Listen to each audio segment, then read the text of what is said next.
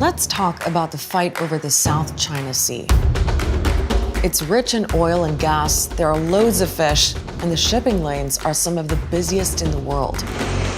China wants control of it. 坚持以对话弥合分歧，以谈判化解争端。我们不追求一枝独秀。But other countries say they have rights to it too.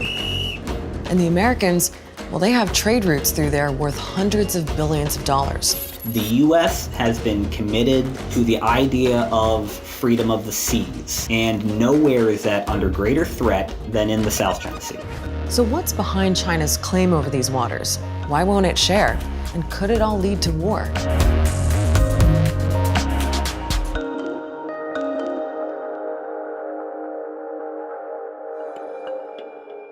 China has been a land-based power for millennia, so it's never had much of a navy, not like the colonial powers, nor has China needed one until now. Today, China wants to be a naval force across two oceans, the Indian and the Pacific. That's to make sure it can trade with the rest of the world and get enough oil and gas to drive its economy. And to do that, Beijing wants to control the South China Sea. But there's a lot of competition. Taiwan, for one, claims many of the same rights that China does. Then there's Vietnam, the Philippines, Malaysia, and Brunei. They want to protect their turf, whether it's rights to islands, seabed oil, or fishing grounds. Indonesia's in there too, and the Americans, they want to protect those valuable shipping lanes. So no shortage of players. The question is, how is this all going to be resolved? There are three futures for the South China Sea. The one that it looks headed toward now is, of course, China will just get Southeast Asian countries to sigh and accept its claims. The one that everybody really wants to avoid is a conflict. And then there's the third option, which involves pushing some kind of compromise between China and its neighbors. Countries like Taiwan and others that are members of ASEAN have tried. But no one expects that to go anywhere anytime soon, because China knows what it wants, and it's been working towards that for a long time. We're talking about China's 9-dash line. Back in 1929, the Chinese took a bunch of old British sailing charts and told cartographers to draw China's borders. One of them drew 9 dashes around the entire South China Sea. And as far as the Chinese were concerned, that was that. Over the last 70 plus years, the line's taken on a life of its own. And in Beijing, at least, the meaning has steadily expanded so that today, China's not just claiming the islands inside it, it's claiming all the waters, all the seabed, all the airspace. So then in 2013, China added a 10th line to take in Taiwan. Its appetite seems to be growing. It's easy enough to understand why China wants control when you look at the numbers. Around 40% of the world's liquefied natural gas passes through the South China Sea, from the Gulf, through the Indian Ocean, and onto places like China. The amount of trade that sails through there is worth $3 trillion a year, 1/3 of the world total. Being able to control this waterway, what we normally call the sea lines of communication, is extremely important for China. So there's an expression in Latin that goes, if you want peace, prepare for war. Now, China has no immediate interest in war, but it wants to ensure its access to the South China Sea if it comes to that. In the west, the main shipping lane from the Indian Ocean narrows to just 3 kilometers, and it's surrounded by American allies. In the east, there's Taiwan, which has tons of American weapons and could block China from getting to the Pacific. So to help stake its territorial claim, China has planted its flag on contested islands that are in those waterways.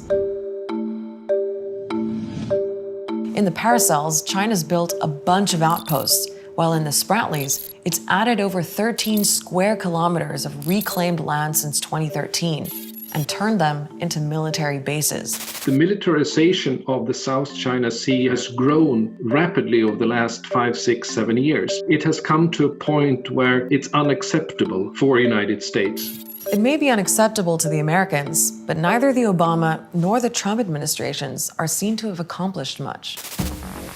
The US's main way of asserting navigational rights and freedoms is having its navy sail through the South China Sea. It also conducts military exercises in the region, sometimes with warships from France, Japan, and Australia in the Bay of Bengal. In July, things got a bit hairy. The Chinese and Americans both held naval exercises in the South China Sea. Worsening tensions between China and the United States.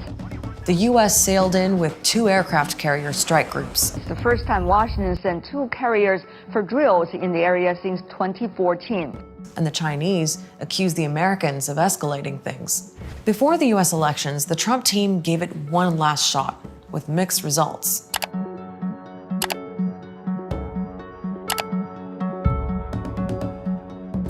Don't let the Chinese Communist Party walk over us. You should have confidence that America will be here in friendship to help you. 美国才是本地区和平稳定的破坏者和麻烦制造者。 What everyone's been trying to do is get China to obey the law, namely the UN Convention on the Law of the Sea. The law establishes what are called exclusive economic zones. These extend 200 nautical miles out from a country's coastline, regardless of whether it's the mainland or an island. And China signed up to that law. All of the world came together, including China, in the 1970s and negotiated the current regime of maritime law, which says everybody gets the same set of maritime claims. China's claims don't fit within that framework. So the Philippines did the only thing it could. It took China to court.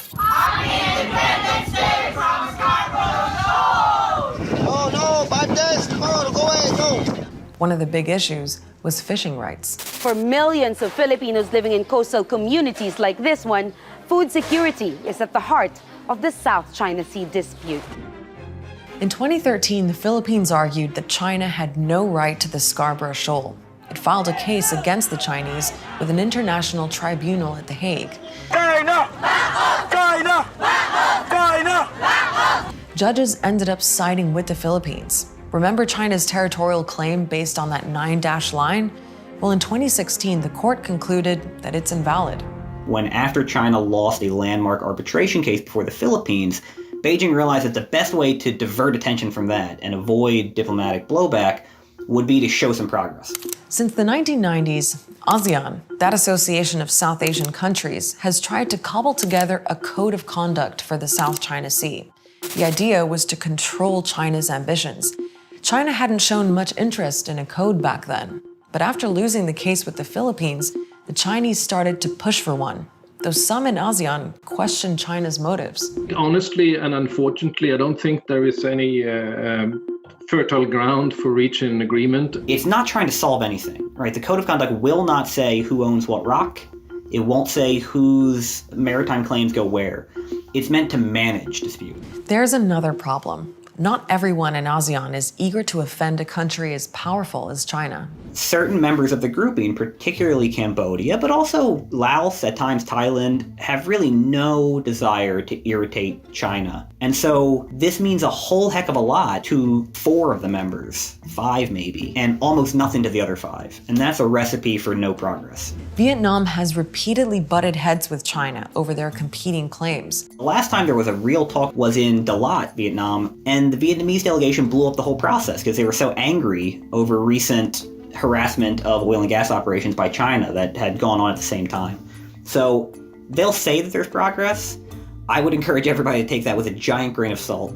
This year's ASEAN summit was hosted by Vietnam, and a lot of it by video because of the pandemic. But the social distancing wasn't expected to help delegates reach any agreements on the South China Sea. We express serious concern over ongoing developments that infringe on the lawful rights of littoral countries. The problem with the South China Sea is that it's vast and the stakes are high. There are a lot of heavily armed countries defending their interests there. And China's Coast Guard, as well as Chinese militia using fishing boats, often cause confrontations on the open sea. Many analysts worry about all of that provoking a military response from someone. But strangely enough, the whole dispute also sort of just bubbles away under the radar. The South China Sea is so insidious. It is hard to keep attention on it, not just within Washington, but all of the other global partners and allies. Somebody is always going to be distracted or find it not all that important. The Chinese see the South China Sea as essential to their survival. Thing is, it's important to everyone there. That's why this whole dispute isn't going away. But China's been around for thousands of years. If anyone's good at playing the long game, it's China.